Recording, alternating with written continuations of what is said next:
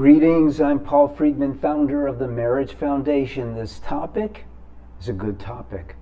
And at the end, I have a little bonus trick for you that's going to really help you. This is called, Why Does a Man Lose Interest in His Wife? So it's easy to blame her and to say, well, you know, she's put on some pounds, she's just not as sexy as she used to be, she doesn't give me attention like she used to. I could give you all of those. And then if I were a Western psychologist, I would explain to you how to approach this topic. But I'm not a Western psychologist. I used to be a divorce mediator. Nearly 25 years ago, a couple asked me to help them save their marriage.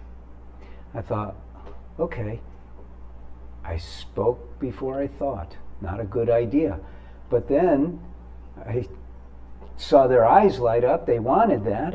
I'm an expert in communication. And they said, when can we meet? I said, give me a few months to learn about marriage. I dove into marriage. I talked to my psychologist friends because they're the ones who sent me all the business. I said, what do I do?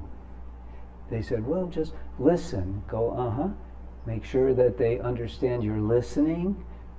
See if you can make suggestions. And I thought, no, these people have lost their marriage. They need to rebuild it. Why do people get married in the first place? Whoa, I never asked myself that question. It's a good question. Why do you get married? Not why did you marry your wife? Or why did you marry your husband? But why do you want to be married at all? I mean, especially if you've had kids, you know it's rough sometimes. So I started getting into this question, and I asked everybody I came across, even at Starbucks, standing in line, why did you get married? Why did you get married? All my friends. And everyone gave me the same reasons. I met my wife, I met my husband, I fell in love. No. Why did you want to get married? Why was that even on the table? It took me a while. And I realized, because I wanted a universal answer, there is one. It's universally applicable. Why we get married is because we want to be happier. And we, if not intellectually, we intuitively know that being with our soulmate, because your wife is your soulmate, you knew that when you met her.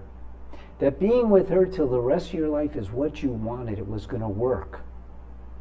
You wanted to be happy. And then I asked, okay, well, what makes you happy? Well, sure. For me, it's having a great car. In those days, it's having a great car I could work on, having a real comfortable bed, having a nice pad. All those things were important to me. But that's not universal. That's just me. So I thought, okay, what's universal? It took me a while. Again, you know why? Because we're not taught in this world to think in deep terms. Everything is very shallow. We learned how to be married by watching sitcoms on TV, let's be honest. Now, I'm much older than you probably. I learned from watching Leave It to Beaver. I thought your wife is supposed to be wearing a nice dress, wearing high heels, and doing dishes while I go off to work. And we have a couple of kids. Anyway, now we learn how to be sarcastic with each other. We learn how to put each other down. We think making fun of each other. That's not marriage. So I wanted to know what makes us truly happy universally. There's only one thing: love. Love. Love. And I thought, duh. So I said, okay, what are we doing to undermine our marriages? And don't worry, I'm getting to your topic. Well, there's three main killers for marriages. One is overfamiliarity. That's the number one. And that's where you're at now with having lost interest in your wife. You don't see her through the eyes of your heart anymore. You see her through the eyes of your mind. Your mind is filtering. It is telling you this is good, this is bad. It's giving you all these judgments, which are ridiculous because we're all fault-filled, the heart, in other words, sees past the crap. The mind is always looking for danger, because that's what minds do, because it's driven by the drive to survive, which is biological. I don't want to get into all this, but basically the mind is a judgmental instrument.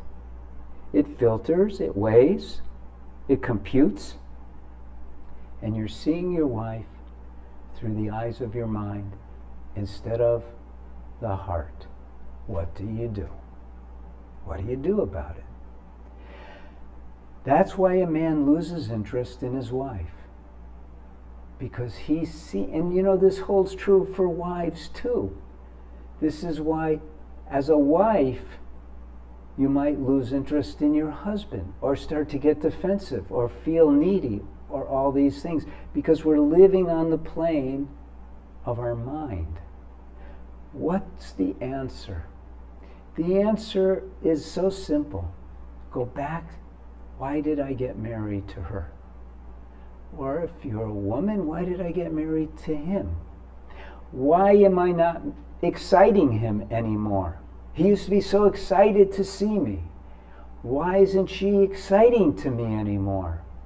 Well, if you're the man, and chances are you are, then the sex has become boring because it's recreational instead of being used as a vehicle to open your heart to your wife, to merge your souls. It's called a union. Marriage is a union, right? It's a union between you two at the level of the soul. But what we're trained to do is, how is that for you? I learned this technique. You know, I'm a big fan of the Seinfeld show. And, you know, they talk about sexual techniques as if it's the end all. And it is in our world, but it isn't in our marriage. Our marriage is about happiness, love, the real love from here, not from here, and the resultant harmony. You should be swimming in joy, love, and harmony in your marriage. And believe it or not, it's mechanical. You know, what happened was after, and it wasn't like a 10-minute thing where I figured it all out. I met with my first couple. I started meeting with individuals, because couples counseling is a farce. I started meeting with, I saved hundreds of marriages. And because I was a divorce mediator, I had access to speaking at Second Saturday support group for people who were on the verge of divorce. So it was like really convenient for me. It was like meant to be. Since then, since we've been online, which was 2009, we've saved thousands of marriages with our courses. Saved tens of thousands of marriages with the books and our articles. These are all just to inspire you that you can have it all. You can have it all. Now, I promised you a bonus at the end. Here's the bonus. Before you speak, when you have a thought come up, it's probably going to be negative or challenging or a put down, because that's what we're used to doing with our wives and our husbands. Instead of saying that, just stop and zip your lip.